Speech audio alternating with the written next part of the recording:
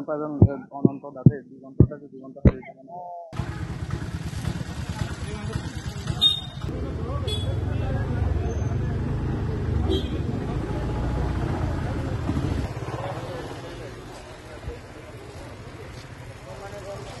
হয় আজি আমাৰ নগাৰধলিত এটা পথ দুৰ্ঘটনা সংঘটিত হৈছে আৰু এই পথ দুৰ্ঘটনা সংঘটিত হোৱাৰ একমাত্ৰ কাৰণ এইটোৱেই যে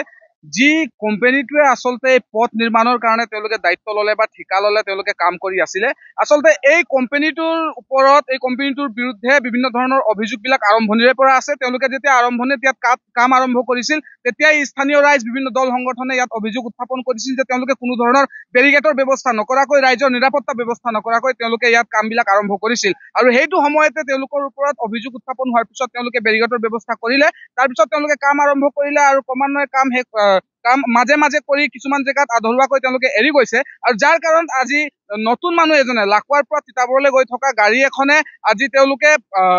বাটত ভাল ৰাস্তা পাই আধা বাটত যেতিয়া পথটো আধৰুৱা হৈ আছে আৰু তেওঁলোকে নিয়ন্ত্ৰণ হেৰুৱাই আচলতে এনেকুৱা ধৰণৰ আজি পথ দুৰ্ঘটনা সংঘটিত হ'বলৈ পাইছে এইটো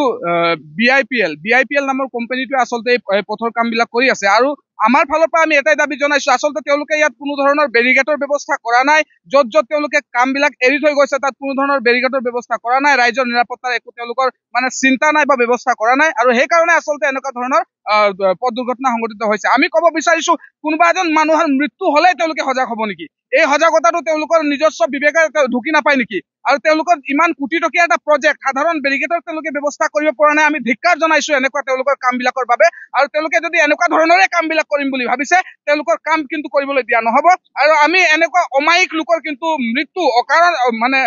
তেওঁলোকে সাধাৰণ মানুহে অতি সুন্দৰকৈ তেওঁলোকে গাড়ী চলাই আহি আছিলে আৰু